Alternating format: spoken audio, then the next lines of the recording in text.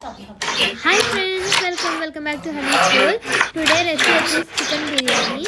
First అయితే chicken wash చేసుకొని పెట్టుకోవాలి.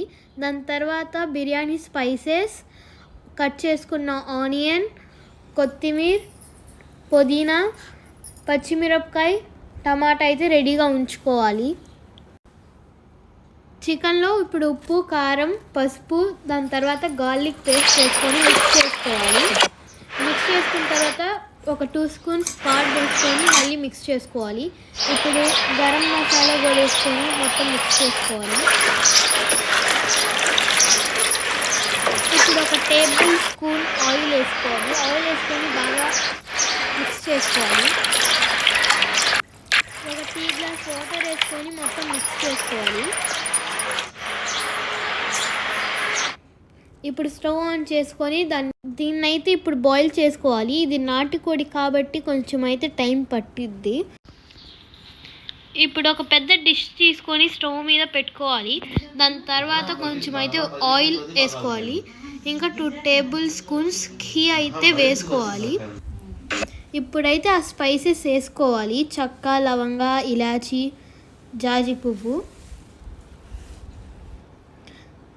ఇప్పుడైతే కోసుకున్న ఆనియన్స్ అయితే వేసుకొని ఒకసారి మొత్తం మిక్స్ చేయాలి.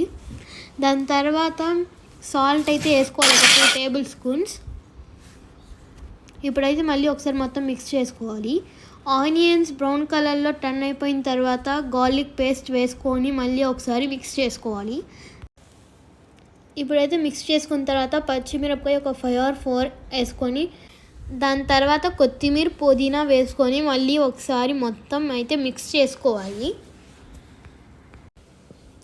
ఇప్పుడు మనం కోసుకున్న టమాటాలు అయితే వేసుకోవాలి. వేసుకొని మళ్ళీ ఒకసారి మొత్తం మిక్స్ చేసుకోవాలి. ఇప్పుడైతే ఈ నాటుకోడి చికెన్ బాయిల్ అయిపోయింది. ఇలా బాయిల్ అయిపోయిన తర్వాత మనమైతే ఆ డిష్లోకి వేసేసుకోవాలి. ఇది వేసేసుకొని తర్వాత మిక్స్ చేసుకొని ఒక 5 minutes అయితే ఉడికించుకోవాలి. ఉడికించుకున్న తర్వాత ఒకసారి మిక్స్ చేయండి. మిక్స్ చేసుకున్న తర్వాత బాయిల్ చేసిన వాటర్ అయితే దాంట్లోకి వేయండి.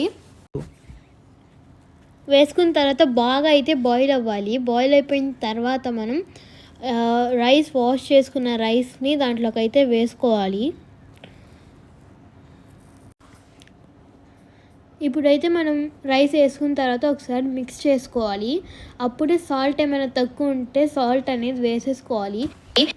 ఇప్పుడైతే 90% అయితే కుక్ అయిపోయిద్ది. ఒక 10 minutes తర్వాత చూస్తే ఇలా 90% కుక్ అయిపోయిద్ది. ఇప్పుడైతే మనం మొత్తం ఒకసారి కింద నుంచి మొత్తం అయితే మిక్స్ చేసుకోవాలి. మిక్స్ చేసుకున్న తర్వాత ఒక 10 minutes తర్వాత అయితే మనకైతే బిర్యానీ అనేది రెడీ అయిపోయిద్ది. సో ఒకసారి బిర్యానీ రెడీ అయిపోయిన తర్వాత కూడా ఒకసారి చిన్నగా అయితే కలుపుకోవాలి. ఇంకా బిర్యానీ అయితే రెడీ అయిపోయింది.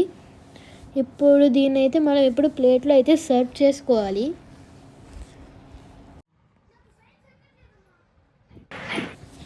పీస్ అనేది కూడా చాలా సాఫ్ట్గా అయితే ఉడికింది.